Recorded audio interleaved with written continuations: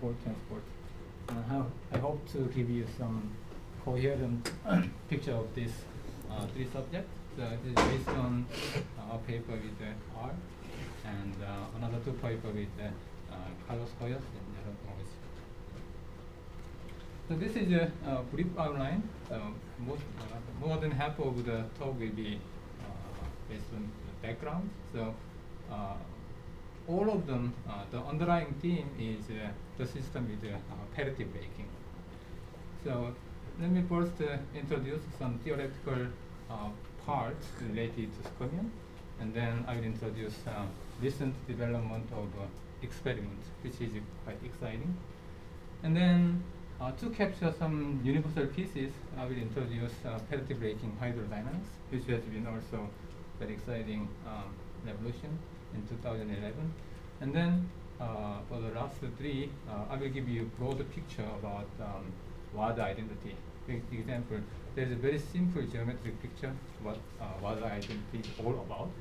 And then I will make it a little bit rigorous. Two interplayers, this whole viscosity and angular momentum, that also undergoes some recent development. So I'm going to explain all of them. So when quantum mechanics come along, one of the surprising things is this commutation relation, x and p, which is not commuting. And you might wonder, for the rest of the talk, I will take h bar is equal to 1. And you might wonder that, is it possible to have say momentum-momentum commutation relation can have a central extension, which I will denote Cij. And what I mean momentum is energy momentum tensor T0I and integrated one. Normally, this Cij is equal to 0. There are lots of obstructions, so I list three of them.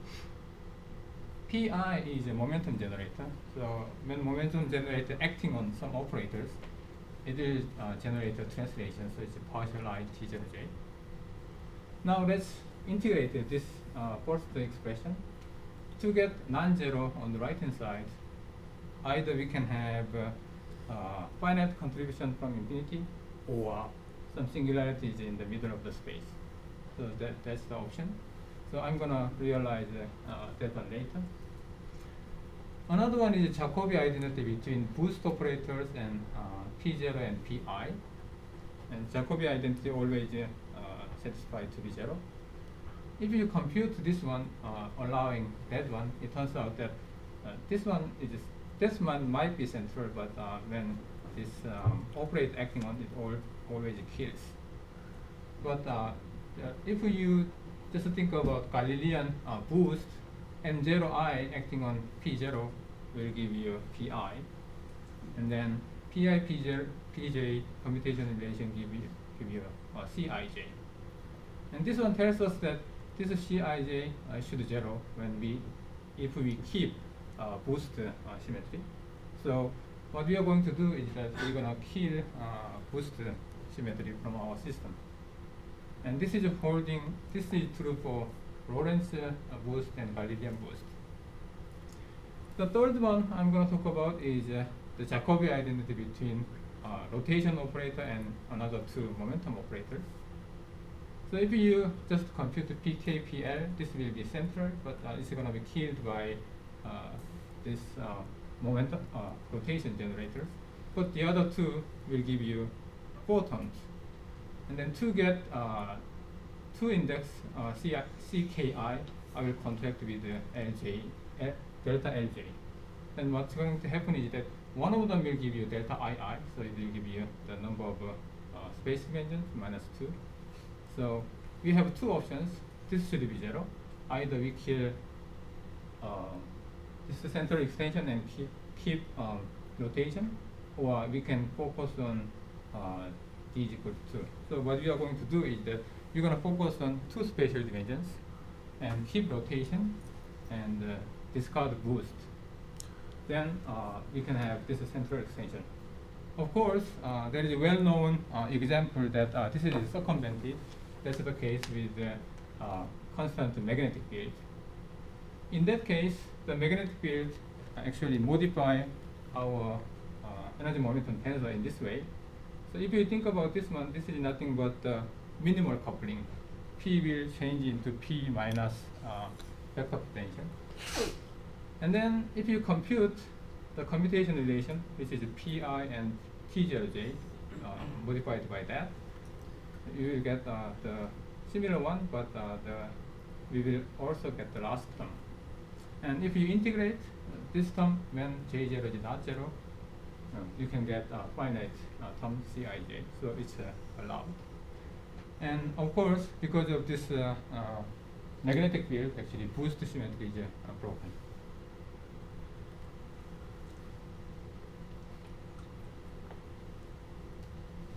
So I'm gonna introduce another set, which is without any background field. So this one is introduced in 2014 by Berkeley group. Let's think about fermions with a continuous spin charge, which is given by n, and think about very simple Lagrangian. So you can add two-time derivative term, but that's irrelevant because of this one-time derivative term. This is nothing but very phase term. So our space has a rotational symmetry. So let's keep like this. And then we're going to talk about O3 sigma model. So n square should satisfy 1. And this parameterization actually always satisfies this constraint. And we can easily compute the canonical commutation relation with phi, p phi. P phi is given by that piece. And this is I delta, two-dimensional delta function, x minus x prime. And it's easy to compute the energy momentum tensor, which is given by that one. What they do in this paper, they just took it and then compute Pi T0J with this energy momentum tensor. And what they found is the last piece on top of this derivative. So if you just stare at it, there is epsilon KL, partial K, partial L. This is naively 0 because one of them is anti-symmetric, one of them is symmetric. But this actually turns out to be non-zero if there is some topological object. So for example, if we have a vortex has a singularity when theta is equal to pi, because phi does not have a very defined derivative in it. So if you take the integration, actually you can do integration by parts and actually evaluate. And it turns out that this one is actually exactly the central charge of the fermions. And I will show you it in the next slide. Sorry, so here you mean these to be Dirac brackets, right? Because this is the constraint system. So this bracket that you wrote here, how did they compute? They computed the Dirac bracket? No. This is kinematical momentum. T0 is defined upstairs. Yeah. No, but even there is some composite of P and phi. What I mean is that the Lagrangian itself is first order, so P phi is equal to cos theta minus 1. So that's the relation. Oh, I see. Okay. So that's the relation between So that one is a constraint relation, right? It's not a dynamic. There must be a Dirac bracket. So you have to introduce Dirac brackets. I mean, Poisson brackets will not do anymore. Yeah. So this is Dirac bracket. These are all Dirac Dirac bracket. Yeah, that's right. Yeah. So okay. Another comment is that actually I didn't understand that. Can I just ask? So your n vector is constrained to have norm 1, but since you used variables capital theta and capital phi, you've already solved for the constraint, right? So that's not the constraint you're talking about. No. So No. It's talking of the dynamical constraint that the Lagrangian P phi is proportional. It is related to the coordinates. So even though there's a quadratic term in the Lagrangian, there's still a constraint coming from these. No, but Second class that's space constraint, derivative. yeah. That's space derivative. Oh, those are space. Okay, time is first order. Okay. is there other questions? So because of this fermions, this system actually break translation invariance spontaneously. But nevertheless, you can compute all the energy momentum tensor, and you can show that partial mu T mu nu is equal to 0. So I'm going to use that conservation equation. Even though I show this one with a specific Lagrangian, when I talk about Wada identity, it's actually independent of any specific details, such as some form of Lagrangian. Another central object will be this one, but I'm going to use the local form, meaning that I will take away the integral from pi and consider that one. So if I do that, I can allow another derivative term, and it's sort of symmetric as we have two t0 I, t0 j. And this one, because I know already it can have a central extension, so I'm going to include that one here. So C is a central extension term. This is exactly that one. And it has been known in many cases that C is exactly that one. And with this expression, you can just compute this one. And then it turns out to be this one. And you can show that it's exactly same as the previous slide. And this is actually total derivative, so I can just rewrite into this expression. So this is a Scomian structure. Let me think about just the Scomian. The spin structure is pointing up in the bar infinity. And then I'm going to talk about the spin down at the center. And then what I can do is compute this cosine theta, which will give us vector 2. And then the rest of the Scomian structure will be determined by this phi. This is a function of phi. And I will just take one of the simplest parameterization, so m phi plus gamma.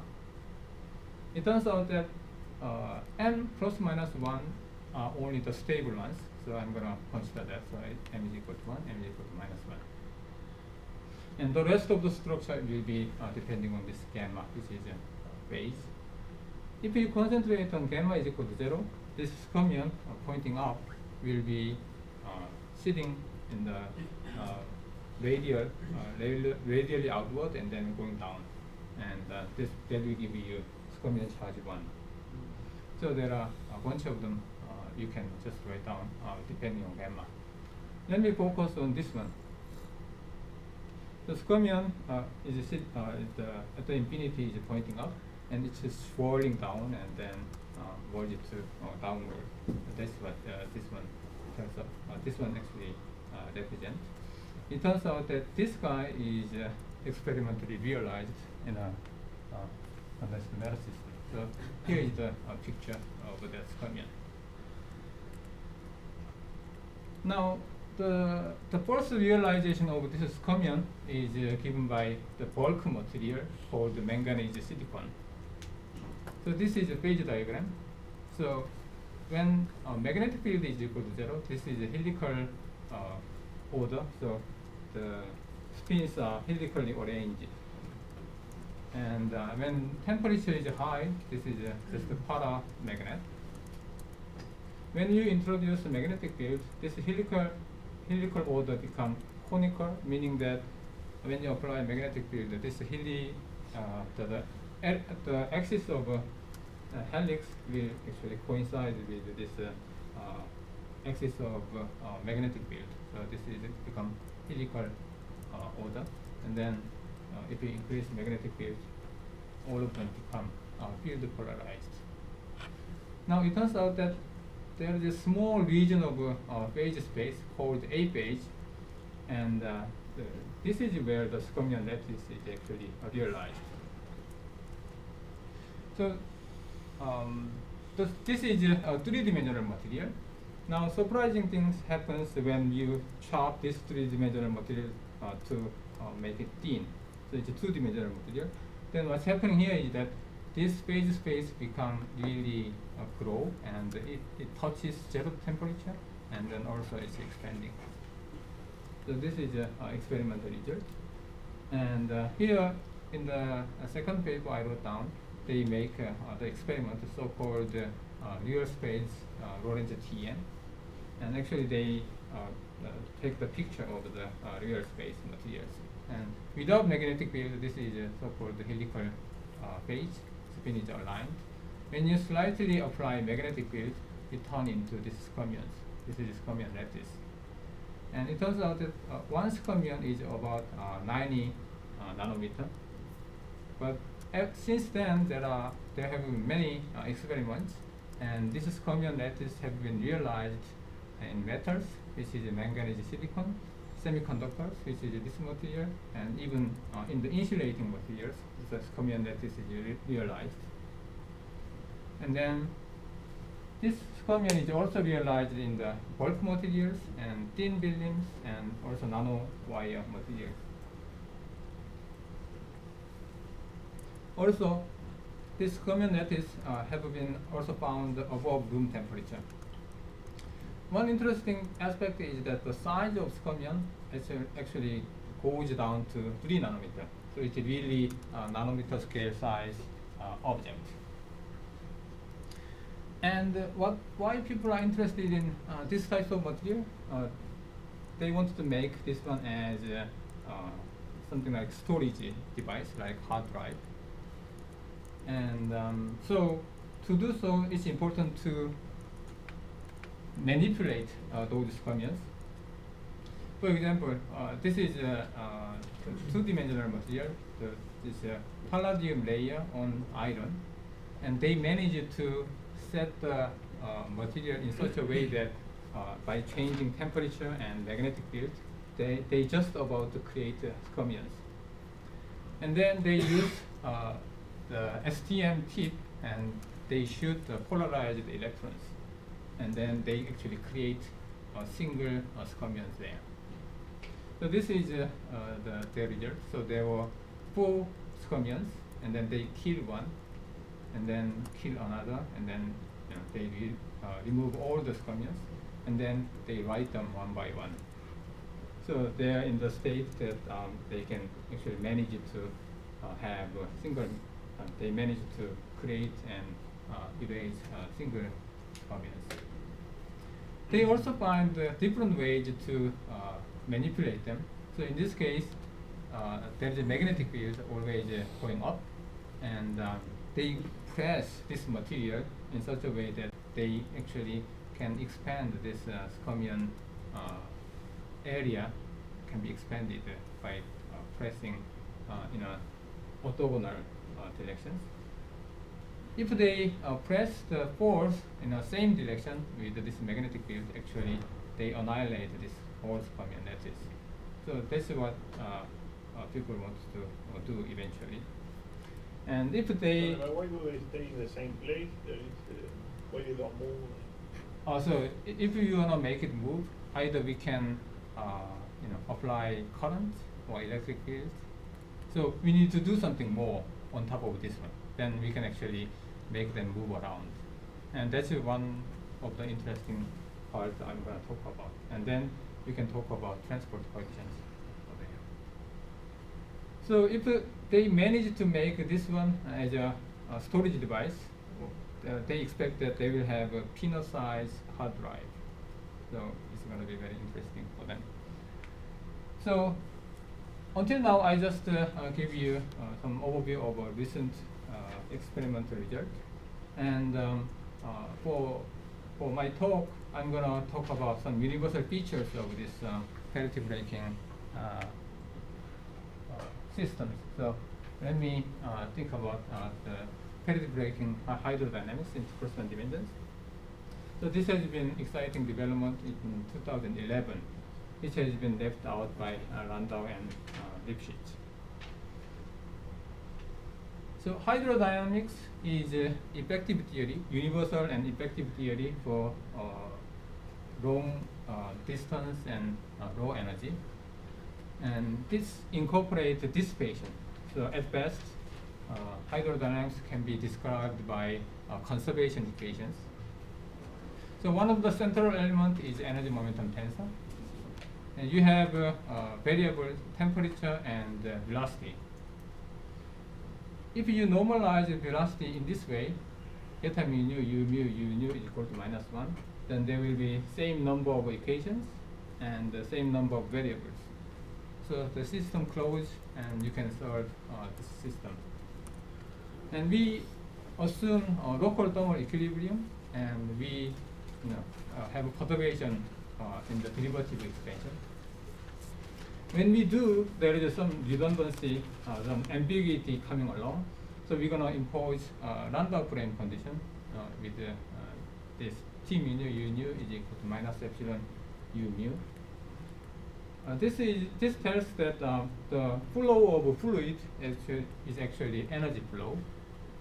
And to connect with thermodynamics, we're going to impose a second law of thermodynamics, which is given by this equation.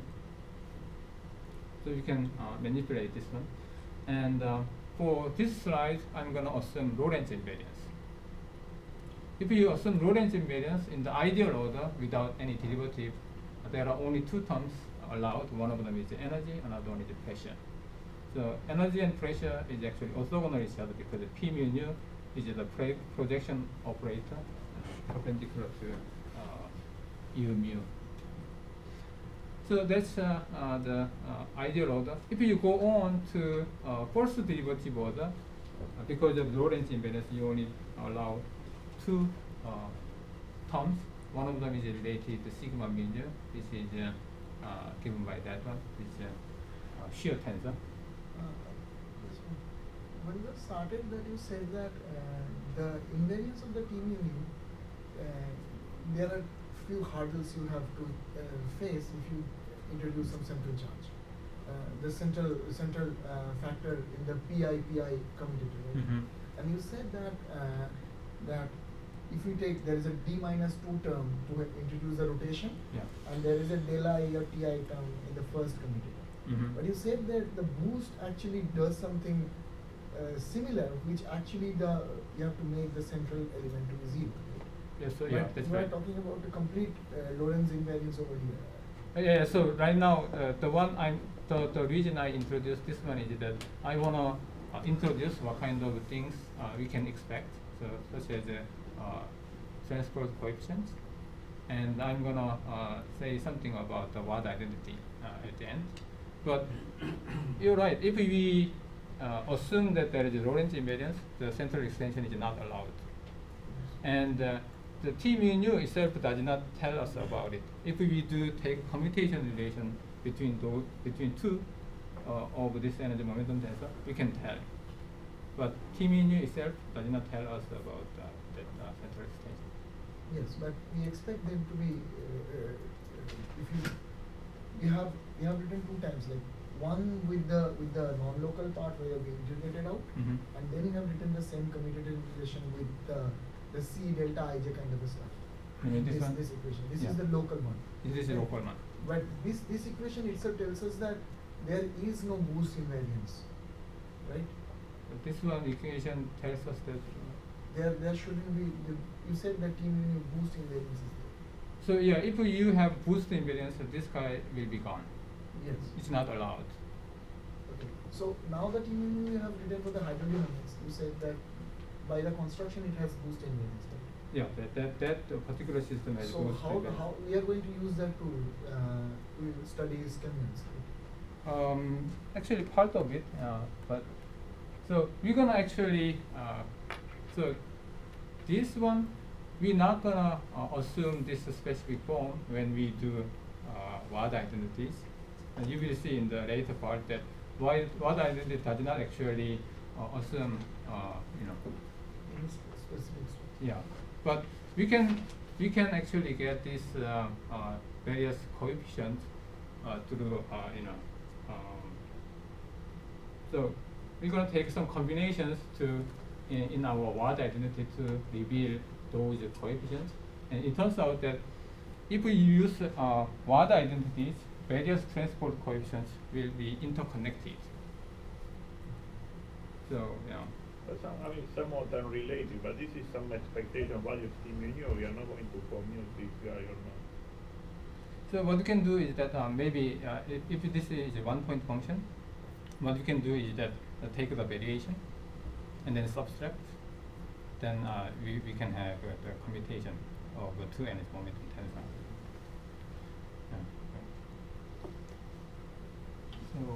Yeah. So in the first derivative order, there will be 2 terms because of the Lorentz invariance.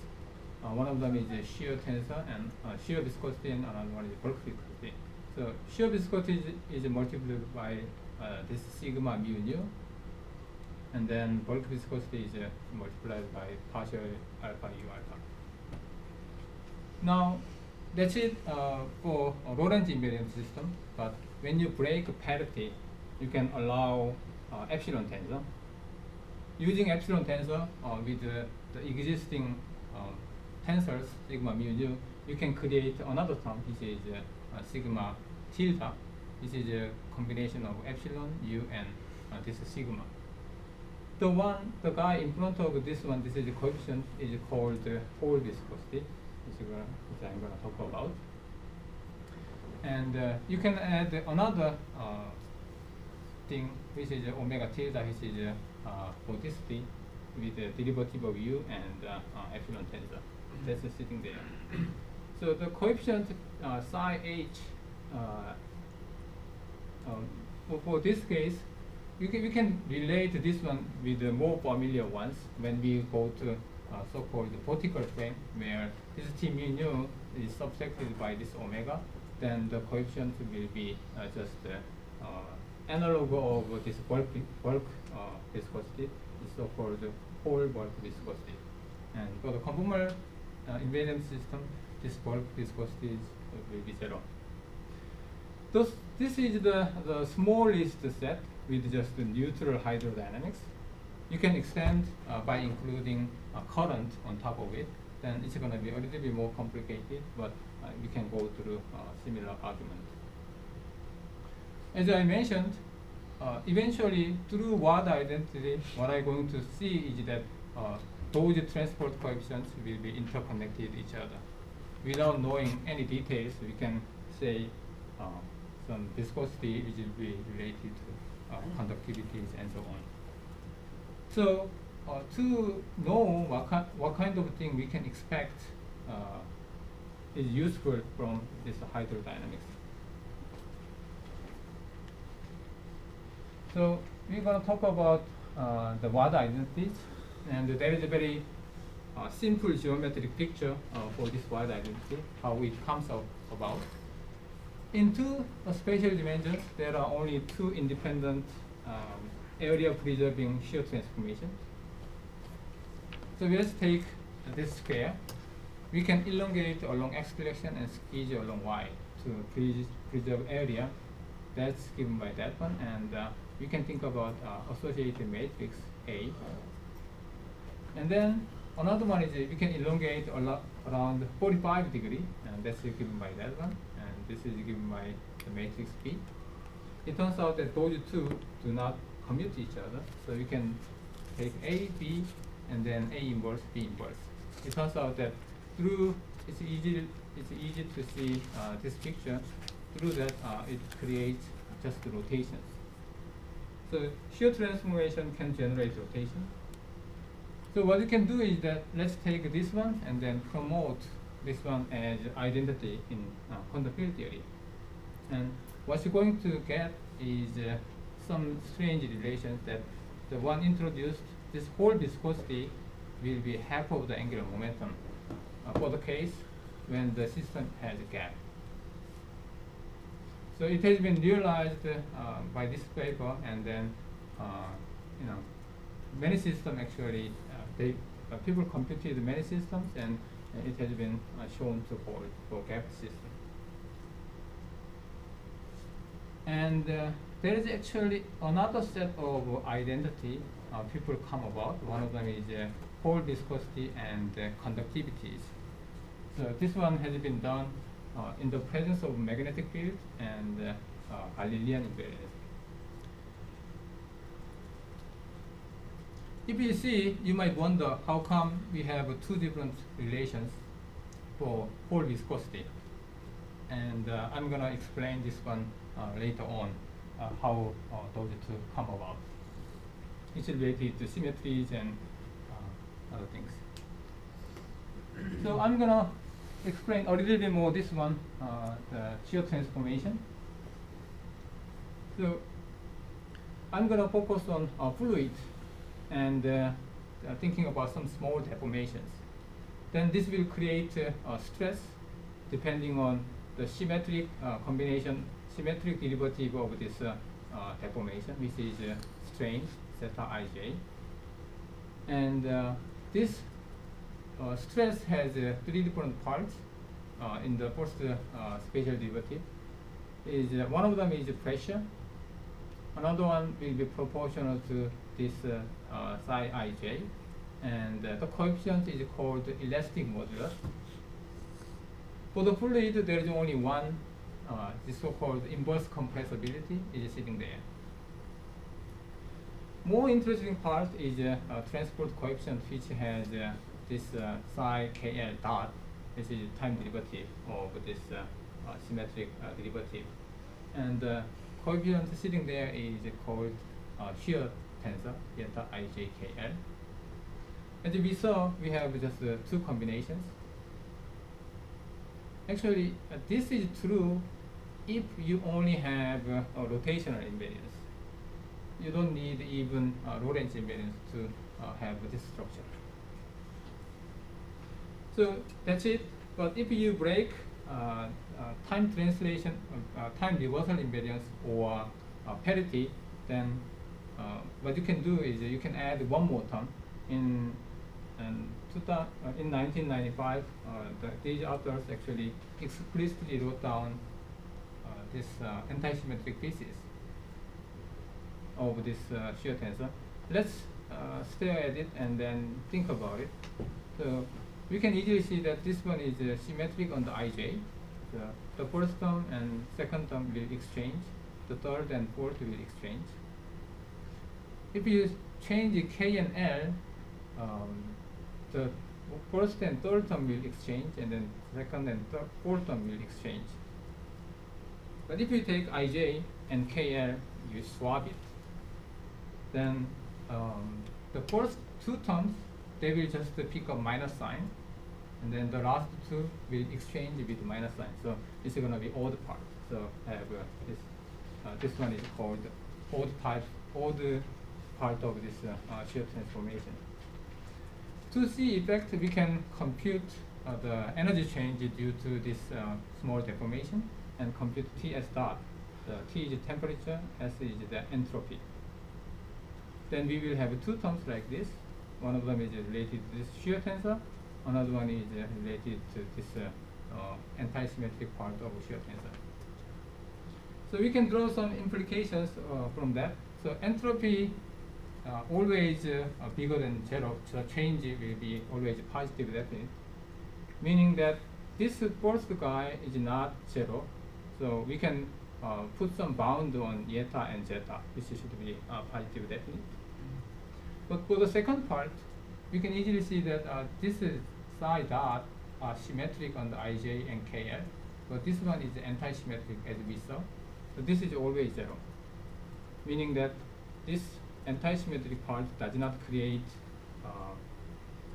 dissipation, and that means that this can even exist at zero temperature. So to measure this whole viscosity eta h, this is the coefficient of this anti-symmetric part, we can go down low temperature and make measurement. Then the first the effects of the first term will go away, but this will remain. So this has been well studied theoretically, but this thing has not been measured yet. So I'm going to come back to that point later on. So let me show you some nice picture. This is coming from Rob's paper, and just I stole it from them. And so yeah, this is the difference between shear viscosity and whole viscosity. So let's assume that there is some fluid, and then in the middle there is some object rotating.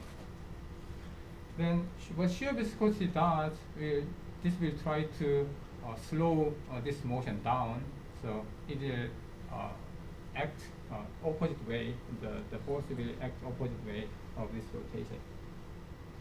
But if there is this whole viscosity, then the force of this whole viscosity is not along the motion, but it's actually perpendicular to the motion. So it's actually dissipation this. And if you change the direction, then the fluid will, the acting fluid will be opposite direction.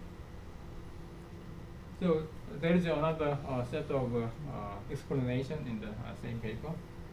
So let's think about some cylindrical shell, and you can compress it or enlarge it.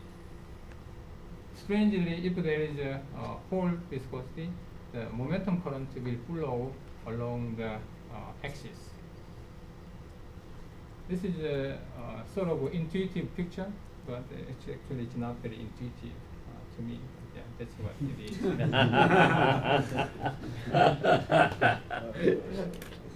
Yeah. The last ingredient will be angular momentum. So it's 2012, at the end of 2012 paper by Hong Liu and Hiroshi Oguri and companies. So there is some subtlety in identifying angular momentum. And I think this one has not been really resolved yet. I mean, there are some systems people computed angular momentum, but it's not very clear. So let's focus on some static case. The conservation equation actually tells that partial I T0I is equal to 0. And it has obvious, for this set, I also talk about just the relativistic case for simplicity. And T0I, if you have this expression, epsilon ij partial jl, and you're sticking in, then you can easily check that this will be the solution because epsilon is anti-symmetric and derivative is symmetric. So let me think about a very simple case where this L, small l, is combined in a small region, and outside it's all 0. Then if you compute this one, the derivative tells that inside is going to be 0, outside is also going to be 0. But there will be some contribution at the edge, at the boundary. So it's an edge current, which in this case momentum flows, of course with the strength L. Now let's imagine that we put. So you can answer that equation. You said you're computing T0 at some point x, and then you surround that point x by some circular region or some. I can just imagine there is some boundary. Which is the boundary of the whole space. Yes, so I mean you can divide the boundary into two pieces. Okay. So let's imagine that you have a circle in two-dimensional space. Inside the circle you have this L, which is non-zero but constant. Okay. And outside is 0. So. But this is for any circle. Any surface. Circle. Any surface. Okay, I got it. Yeah. So it does not matter it's a circle or a rectangle or it's independent of shape. Yeah. So let's take this boundary and set to the infinity. Then normally what we do, we take this one as, oh, it is boundary contribution, we're just gonna toss it away. But it turns out that if we compute this angular momentum L, is a standard definition of angular momentum, then it gives us a finite value L times volume. So it's a little bit tricky, and we need to be careful to keep this contribution. That's what these authors realized. So identifying angular momentum is subtle. It turns out that there are even more subtlety. That's what the important from previous result is that we want to play around with symmetries. So let's think about translation symmetry, rotation symmetry, and also this situation. Let's say that there is some boundary. Those three things does not go along each other together, because we cannot impose translation and rotation symmetry and then have boundary. You can take a circular boundary, but circular boundary will break translation invariance. So those three things, we cannot impose all of those. We have a choice. We can choose translation and rotation invariance, and then discard this angular momentum. That's one choice. Another one is we can have rotational invariance and angular momentum and discard the translation invariance. Or the other way around, you can actually have some translation invariance and angular momentum and discard rotation, and so on and so forth. How we can define any translation invariance if we have boundaries? Like have any boundary, like that need not to be circular, any boundary, then how we are going to keep translation? That's what he means. That's yeah. He said like there is also option of rotation and invariance. Break the rotation and invariance and keep the translation. It's roughly. I mean, that has been done in the literature actually. So they got the correct answer, but maybe you can think about torus. And so that might be tricky, and I don't need to mention that, but yeah. But we are talking in 2 dimensions, right? In 2 dimensions, yeah. Yeah. 2 plus 1 dimension. Then I'm not gonna take that approach. So I'm gonna take translation and rotation invariance, or rotation and angular momentum. So these 2 pieces will be connected to these 2 cases. So if I keep rotation and angular momentum, that will give me one set of wide identity. If I have just translation and rotation invariance, then that will give another set of wide identity. That's what's happening here. So that actually concludes my introduction. Do you have any questions? So these parameters are local parameters, are properties of the fluid. Why do they depend on having boundaries or something? you mean angular momentum? That's total or just local density? Or So this is a local density. and the identity is eta equals L. What's L? Oh, so that's angular momentum. This way, this will be this. But in that case, I'm gonna take this L as just a constant, but play around with this boundary. So inside this, so this capital L is the total angular momentum. This is L times the volume. You know, but the sigma, yes, this is a local relation that the fluid obeys. Sigma equals eta equals L. Why would that depend on having some boundary or anything like that? So I mean, so eventually we're gonna take all the boundary to the infinity. So in the finite region there will not be any boundary. But that when I say that when we take this infinite volume, the boundary to the infinity, I need to be careful to keep this contribution. So the word identities are valued no matter what, but you just derive in a way. Yeah. So you can forget about this one. If I just keep this one, what identity will give us the right value.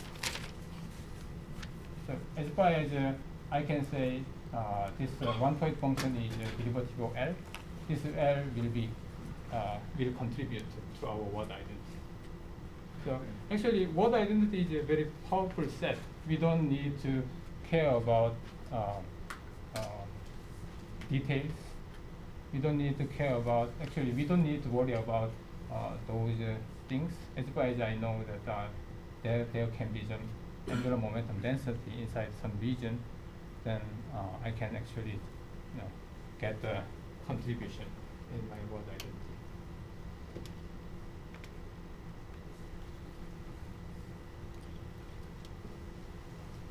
For the later part, I'm going to talk about word identity.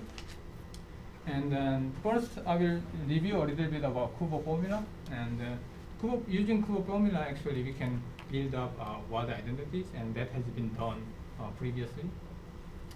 And then I will start with a new way to writing that down. And systematically, we can derive all the terms which is necessary. And then I will focus 2 different cases. One of them is taking rotation and translation invariance. Another one is breaking translation invariance. Both of them give us some result on hydrodynamics and some result on Skyrmion physics. So I'm going to explain that.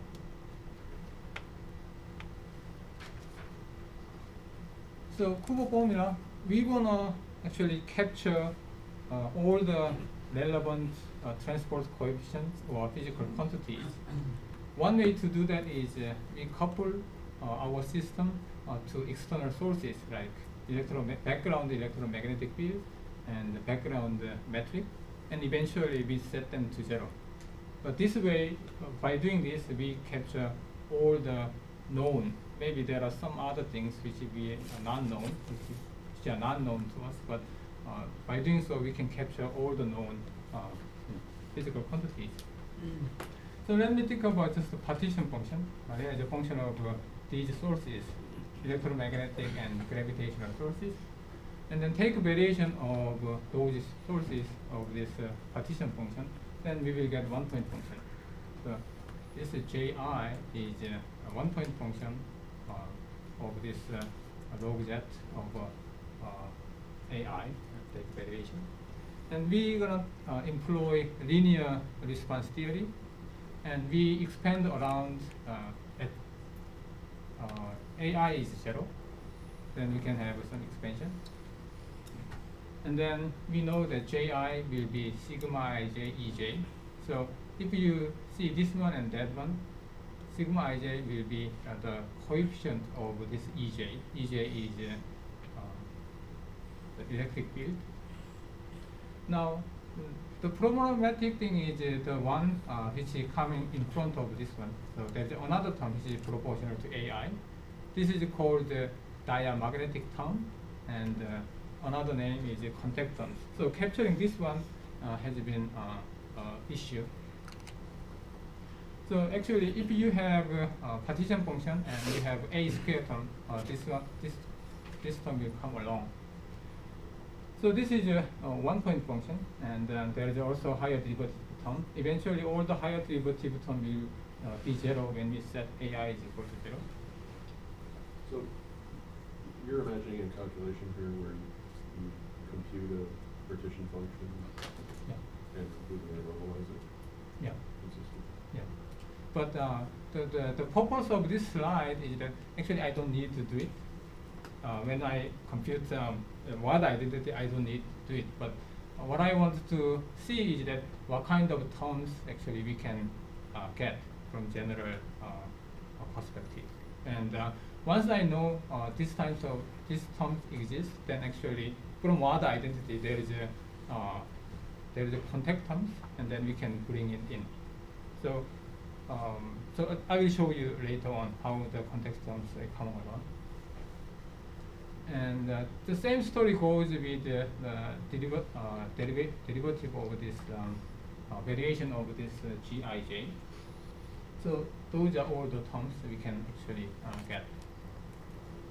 So let's say that if we stare at it, the coefficient proportional to this source, Ei has this Ai. The coefficient proportional to this source is actually a transport coefficient of one-point function. So to get the transport coefficient, what you can do is that take this one-point function and take another variation of the sources, and then set the sources to 0. Then what we get is this one.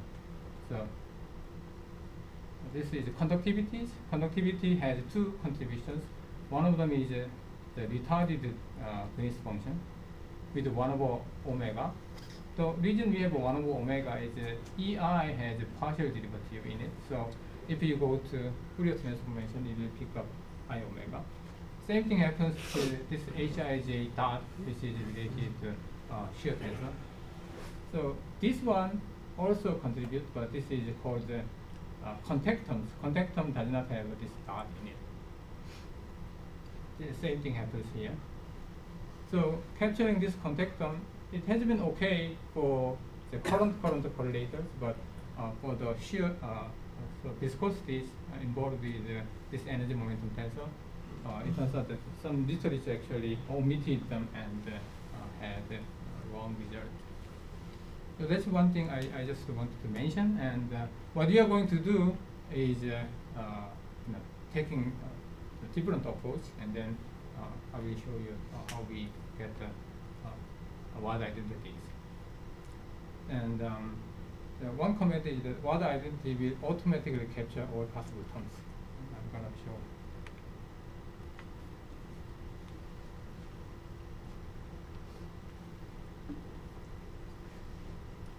So our central object is retarded Green's function, which is defined by this one. So we can generalize to the charged case, but let me focus on the simplest set, which only involve with the energy momentum tensor T0i and T0j. So this is Green's function T0i and T0j. It is a commutation relation, and then multiply this step function. That's our Green's function. And then take two time derivatives, one of them acting on t, another one acting on t hat. By doing so, we will get four terms, because this theta also has a t and t hat. So when these two applied, there will be four terms. Wada identity is actually consequence of conservation equation. So partial mu t mu j, we're gonna use this expression. Then partial t t0 I will be turning into partial m t m I with negative sign. So that's actually the first term. If this time derivative both acting on this and that will turn into this one using this conservation equation. So normally, the first term is actually consequence of this conservation equation, which is you can call them Wada identity. Interesting part actually coming along the other part, when this time derivative acting on this theta function, then it will turn into delta function. So there will be delta function, and then another time derivative will be acting on this object, because due to this delta function, I can change this t hat to t. So it's equal time commutator. So can you just say why you're considering equal time for all your rather than say retarded correlation? So the first thing is that the transport coefficients, like conductivities, actually is related to one-time derivative, as we so here the ji and then ei has this partial t ai, so there's a time derivative involved. So yeah. So that's the one. That's the reason. So this retarded correlator already has a 1/omega plus. This is actually coming from time derivative. So I need to start it with this retarded correlator to capture that part. Oh, I see. Okay. Thanks. So this C0J0L, this is a contact term, which is defined at the same time. So the expression of T0J, T0L is actually we wrote down in the previous part. So there will be two derivative terms and this central charge. So this central charge actually captures, which we cannot capture through equation of motion. So that's our new result. So let's focus on this central this contact term, which is called contact term, and we plug this one into here. And also we can use this identity. T0I is the generators. So when we in acting on any operator, it will generate derivative. So like that. Then the goal we can have is that we can change this contact term into one-point function. So we can write down everything into one-point functions. So here is the result. Yeah, we assume that there is a time translation invariance, and then we go to Fourier transform to Fourier space. Then what we will get is this one. So this is our general Wada identity. So T0J, T0L, the retarded Green function is related to TNJ, TNL retarded Green function. And then there are a bunch of one-point functions. And as you see in the previous slide, the terms which is like this, contact terms is actually one-point functions. So this one-point function actually captures those terms. And this one, which is C, actually we cannot capture this central extension of topological charges through conservation equation, but we can capture in this way. So that's actually sitting there. So at this point, we have two choices. We cannot just go along, but we can choose translation invariance and rotation invariance. That's what we are going to do for the first part. And then we can break translation invariance, but keep the angular momentum. That's going to the second part. So if you take the space translation invariance, this T0m will be independent of x. So any derivative will kill all of those. So all these terms will go away.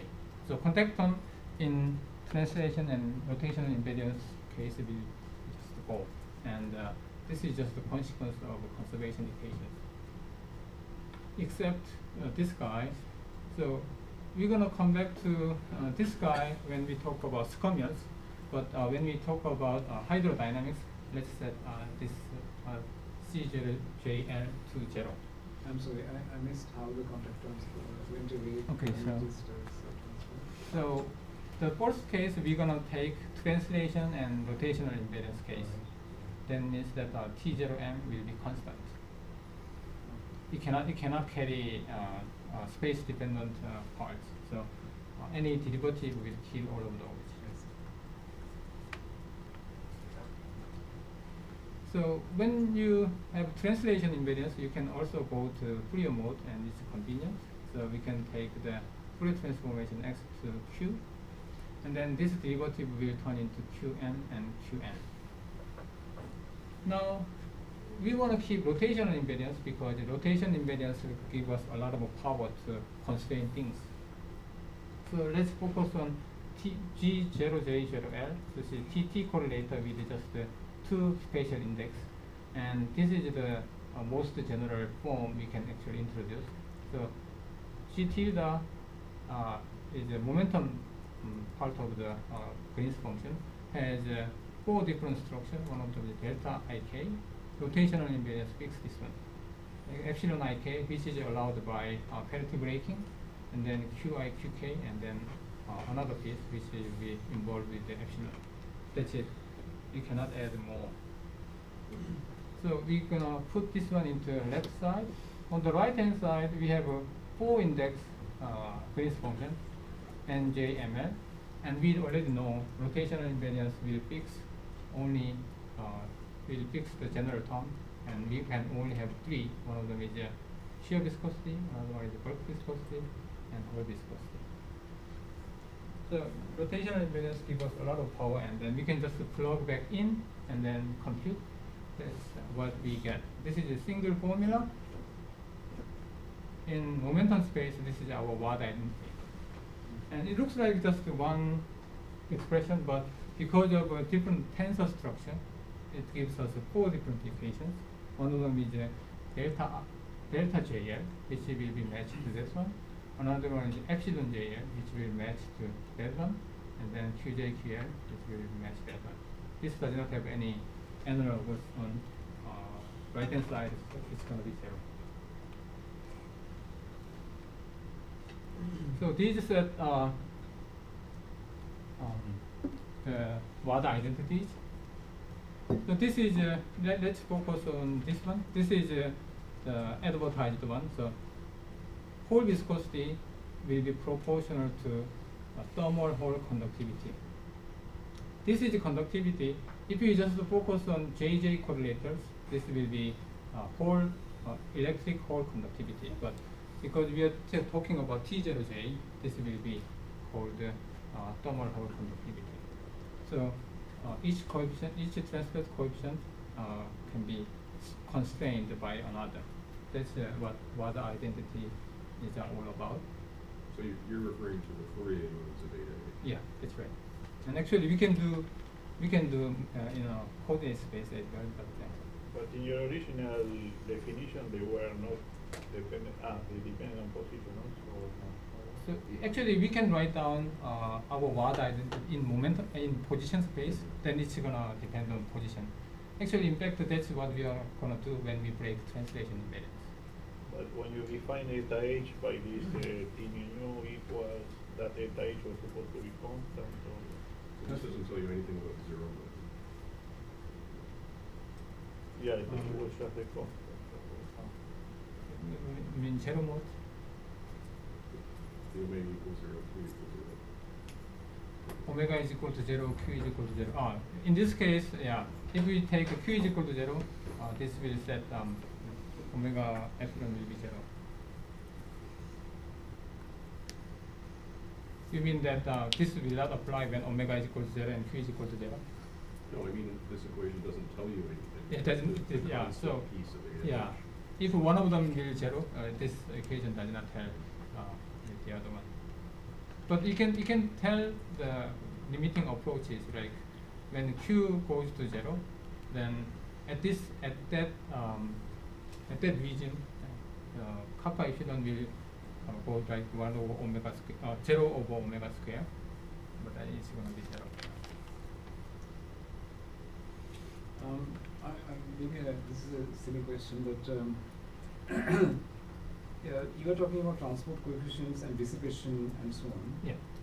So your starting point was some partition function. Maybe you didn't quite need the partition function. We didn't need partition function. I see. So you could do all this without introducing the notion of the partition function. No. And I don't need even Hamiltonian. I don't need. So I just. It's just that All you need are properties of Green's functions and how they behave under your symmetry. That's right. Yeah. I only need the energy momentum tensor and. But in the previous slide, you motivated this by saying that you have a partition function, and you were thinking of this as a response function by changing the behavior. I mean, Yeah, by sure. looking at the. But you don't really need this I partition. don't need. I don't function, really right? need. Because- I mean, so the one I wanna. So this is just a definition of the linear response theory. Yeah, that's right. Even in the presence of dissipation. Yeah. So yeah, I don't need this whole slide, but I just wanted to motivate the historical problems because there have been some missing terms like this, but then actually we can capture that one as a contact on that. But in principle, I guess you can write a partition function in Schwinger-Keldysh.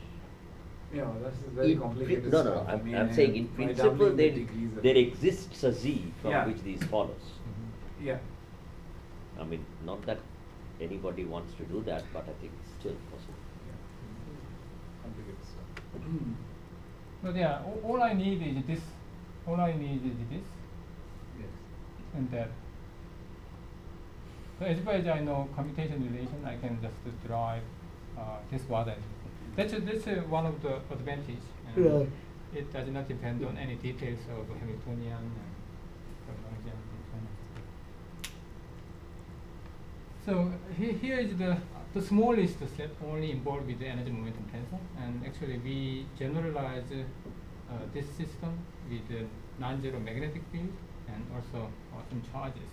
And actually we found one literature, maybe there will be more, but the computation in holographic setup, magnetically charged black hole, actually we check, they only have a zero momentum case, and we check the behavior of this omega. Oh, this result is just when magnetic field is zero, so this one does not apply, but we need to generalize. In the next slide, actually, I will generalize that. And we also check that if we impose Galilean invariance in this system, that's consistent with the previous literature in 2012. So until now, I set C is equal to 0, but I will turn C non-zero, and then we'll see the effect. So when I introduce non-zero magnetic field and non-zero J0, then there are two things I need to change. One of them is energy momentum, the conservation equation actually changes. So partial mu T mu nu is equal to F mu nu J nu. So I need to include the magnetic field part. Another one is the minimal coupling. So P will be P minus the vector potential, that's this part. Because of that, TT correlator will include TJ correlator, JT correlator, and JJ correlator. So it's proportional to B and B squared. So originally it has just this piece, but there will be 3 more terms. And then on the right hand side is a BJ0 will come along. So that's the only difference. And if we write down, the expression will be complicated, but you can see that kappa is just sitting there, and then alpha is tj, and then alpha bar is jt, and then sigma is jj correlator. So it's a little bit complicated, but it's just a direct generalization with a single line. So here is the set. I'm going to focus on this set eventually to think about Skamian bits. And let me just point out, when we break translation invariance, actually what comes along is that this whole viscosity will have another component, so delta H plus L over 2, that's the combination we're going to get. And then the bulk viscosity will be modified as well. Those two terms come from the contact terms. This L is the value of L at the boundary? No, it's so we assume that there is a L inside and then there is a boundary. So it's the density inside. Oh, so it's okay. So this eta H is the local eta H, and that gets shifted to the local Yes, value it's of L. local quantities. Yeah. So let me introduce a set of experiments where the Skamian has been done. So this one is very recent, 2009 and 2012. So this one is the phase structure of a manganese silicon we saw. So there's the A phase here, and this particular experiment has another factor, which is pressure. So they pressed it, and actually this phase space become bigger. So if you see the numbers, it does not quite match with this one, but the qualitative picture goes through.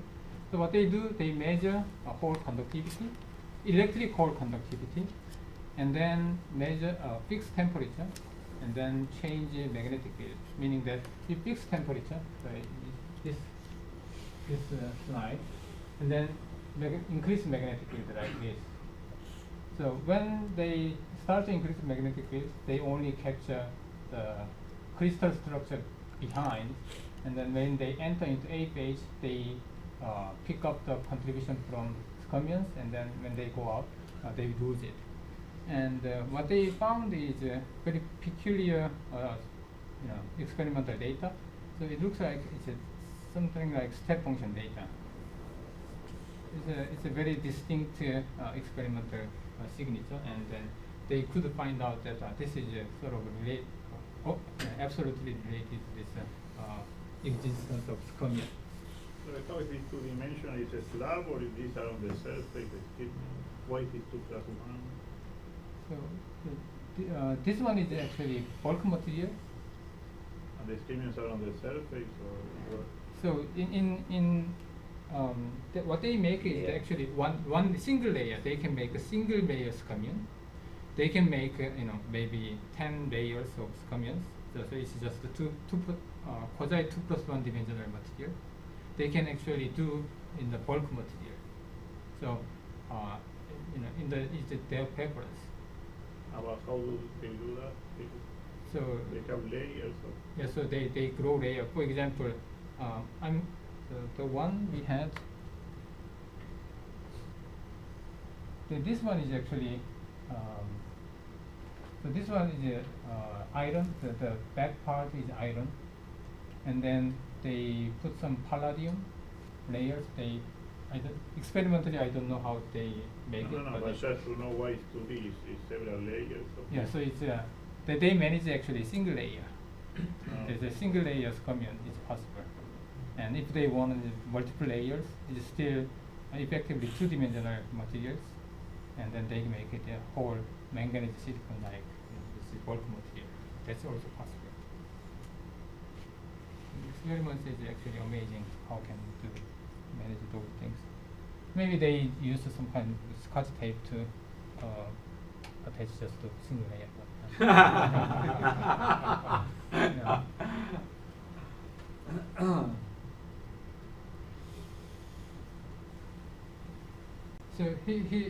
So we saw that this Skamian actually gave us very particular experimental signature. This is something like step function like And this is more visible here. So what they do here is that they fix magnetic fields. They do different magnetic fields and then do the experiment. So when magnetic field is high enough, they don't see any difference. But when they enter into this Scomian phase, actually they see the differences. So this the difference is actually very robust. It's just constant, and that actually captures a number of Scomians existing in the experiment. And then if you sit back, you realize the Scomian is a bunch of spins, so it's electrically neutral material. And but here, what they do is actually electric conductivities. What's going to happen is that this particular material is a manganese silicon. There is electrons moving around. And when there's a Scomian structures, there are spins. Actually, the electron come along, and then what they do is they bind each other. It's called tight binding model. So electron and Scomian spin actually bind. And if they move around, they follow the Scomian spins. This is what's happening here. So when electrons moving around, when you apply electric field or current, Scomian electron moving around and drag Scomian at the same time. That's how the Scomians can be moving around. So Scomians has electric responses. So here is a so-called tight binding, and there is an equivalent way to saying the same thing is that when you have Scomians, due to these spins, they actually create emergent magnetic field, and there is a corresponding thing. So if you have a charge C of Scomians, actually there is a C over 2 magnetic field, there is emergent magnetic field, and this has been well-known correspondence in CPN theory. So that's what it is over here. So we're gonna model this thing in our Scomian, in our Wada identities. So the neutral case, we had this single equation, and I'm gonna focus on Q is equal to 0 case. So if we can expand the Q is equal to 0, then this Q square, Qj, Ql all will go away, and what we are left is this one also go away. What we are left is this piece and that piece, and then only the contribution from zero momentum. Then this is one equation, and that's another. So this one actually tests that the longitudinal part of thermal conductivity will vanish, but the whole part of thermal conductivity will be proportional to C, which is the central charge of this Scomian. So there is a direct connection. This is for the neutral case. If we generalize that one to charged case, the equation becomes more complicated like this. So I'm going to take this and apply the case that conduction electrons are affected by this magnetic field B. Then effectively the Scomian will feel the magnetic field capital B plus B. So capital B is the background magnetic field, and this B is the emergent magnetic field. So I will replace every B into BB. And this is exactly what's happening here. When Scomian exists, actually the enhanced effect is due to this Scomian. And actually we can model our Wada identity to capture that in this way. So sort of this one is actually verified in this experiment. And actually we propose another piece of information, which the central charge, Scomian topological charge, actually can be modified because of this electrons moving around. It does not change the topological charge itself, but linear response will capture the modified one. And so C plus capital CB. And it's easy to verify that because the capital B and the capital CB will depend on magnetic field, because it's property of the electrons, and while C and small b is the property of the Scormian lattice. So it will not change by this background magnetic field. So it will be easy to verify that one. So hope to somebody actually try to measure that one.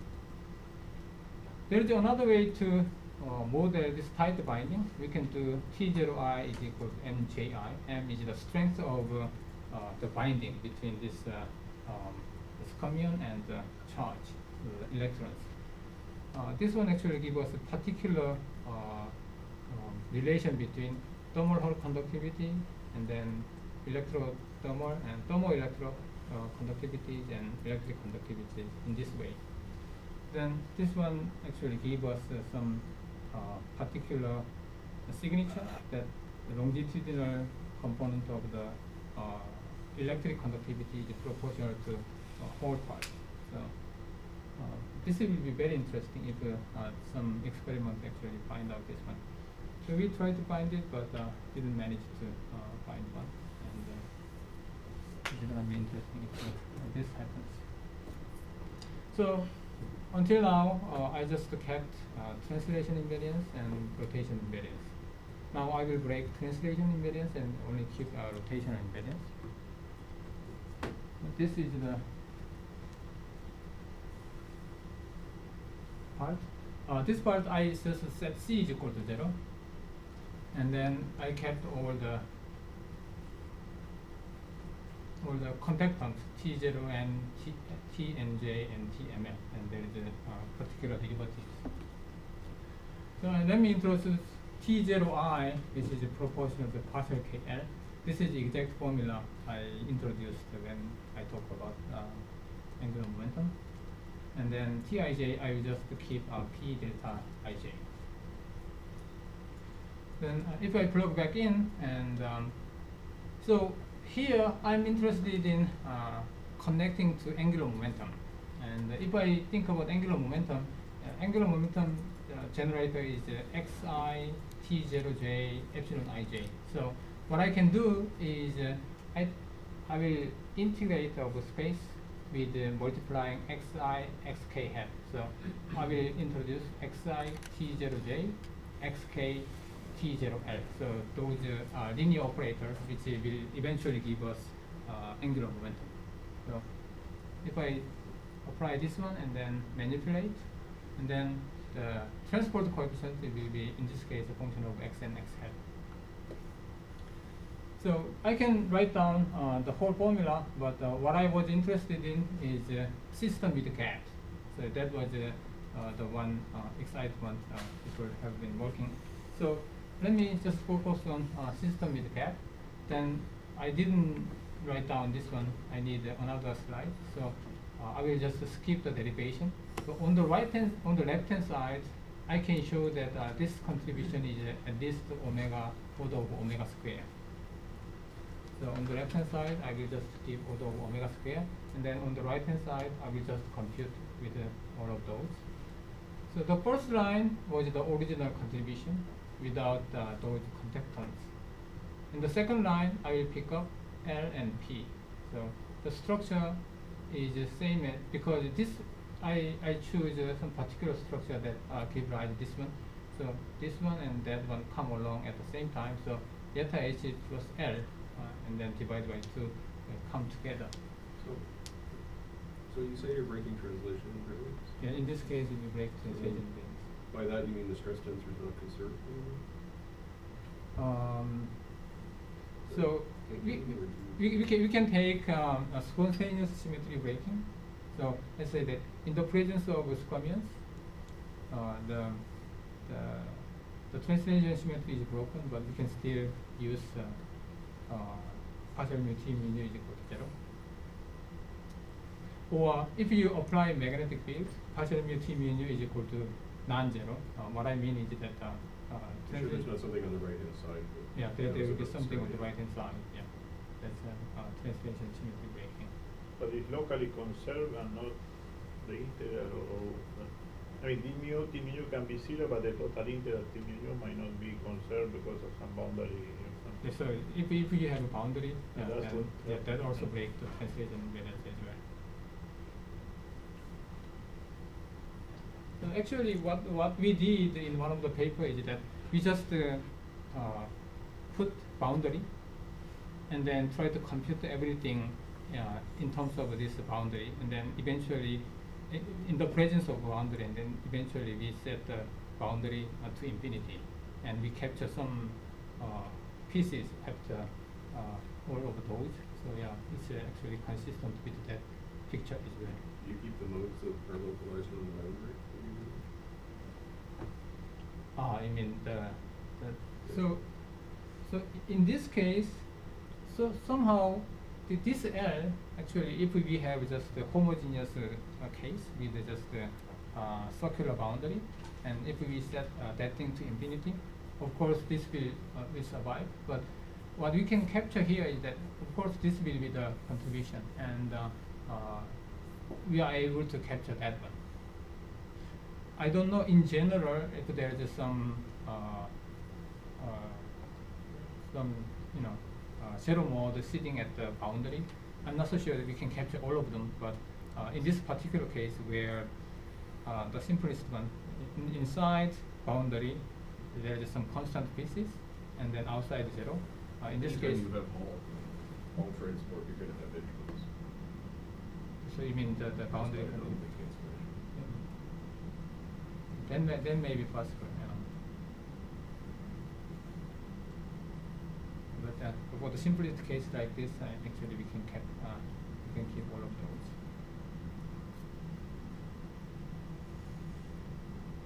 So if we just think about some gapped system, then we can actually expand this one. So we can expand eta h, zeta, and zeta, all the transport coefficient as a function of omega, and keep the only linear term, which is given by that, and then will be this one. So again, there are 4 independent terms, and then 3 of them is given by. This is one of the main results. So this has been known that this is true for non-zero magnetic field with Galilean invariance, but for our system, which is not assuming Galilean invariance, our system is very general, and still, if we impose the gap condition, actually we can get the same contribution. So whole viscosity is half of angular momentum, and we check that with this system, with the non-zero magnetic field Galilean invariance, that will reduce to the known system as well. So with that, I'm gonna focus on another set of experiments related to Skonian. So it's actually quite interesting. There have been so many experimental results. So let me explain just this one in 5 minutes and then conclude. So here is another set of experiments. This one has a right magnitude of magnetic field and temperature. So they can see 6-fold Bragg peak. And they identify this one as a Skonian lattice. The reason being that if you just take a picture of manganese silicon, the background material, they don't see this one. They see the completely different one.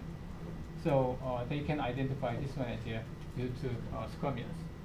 And this is a neutron scattering experiment. And in this setup, they apply some current, and this lattice structure does not move.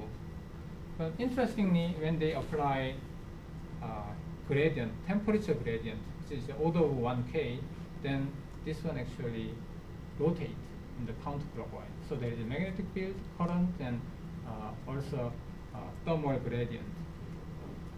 And then what they do is that they change change one of them, the direction of a thermal gradient or direction of magnetic field or direction of current, then the counterclockwise rotation will turn into clockwise rotation. So it has been very interesting. In the same experiment, they measure the current which make this Skonian moving around. It's 2 times 10 to the 6 ampere over meter square.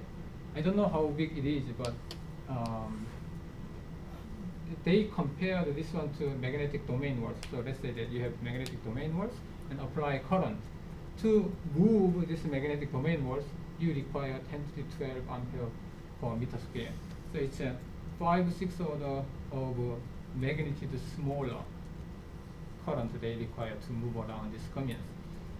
And so when they make this one as a storage device, they expect that this will be very energy efficient devices, and it's very small and it's very easy to manipulate. And furthermore, this one is topologically protected, so it's gonna have a lot of advantages. From our point of view, what I can say that there will be electric current, there will be heat current, there will be angular momentum from this experiment. So let me just forget about translation and rotation impedance case. Let's focus on broken translation case, and I just focus on coordinate space, and I will take away the zero momentum part. Then 1 is actually the quantity without zero momentum part, and our water identity actually tells like this. And they can measure hole conductivity, they can measure electric conductivity, probably they can measure also electrothermal conductivity, and they measure angular momentum. And another player which our water identity tells is this hole viscosity. So actually, there have been a lot of experiments going on, so there might be chance that this hole viscosity is already somewhere sitting around if we just compute all of those. So that's one thing which might be very interesting to try to pin down. But there is actually better, I will just finish it 1 or 2 minutes. There is actually better set. I mentioned that there is insulating material. I don't know how to pronounce, but this is insulating material. And they found squamion lattice in 2012. And in the last paper, they mentioned about hole thermal conductivity, angular momentum, and we know that there is this C, and they never mentioned about this hole viscosity. So this might have a better chance than that to verify that there is actually hole viscosity. And I'm not so sure people try to measure this hole viscosity, but it has been never measured. But I think in the ongoing experimental squamion experiment, they might come across this hole viscosity. And that's it. So there are some summary and future directions, but I will start here. Thank you so much for giving me a chance.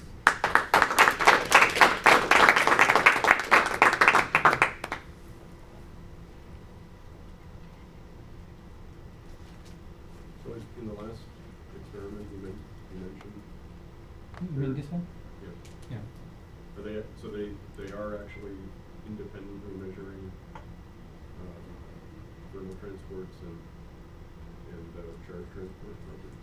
So they mentioned the angular momentum, and they mentioned about this thermal current, but it's slightly complicated. What they mention is a thermal current of magnets, and it might not be exactly the same as thermal current of squamions. So for that part, I think I need to understand better to say something more robust about it.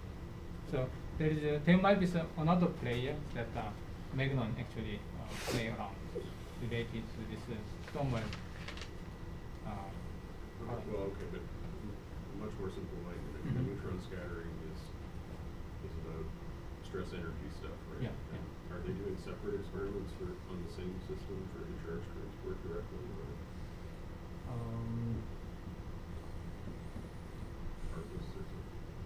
I don't know. I can direct you the paper, but so for that part I don't really quite understand all of them.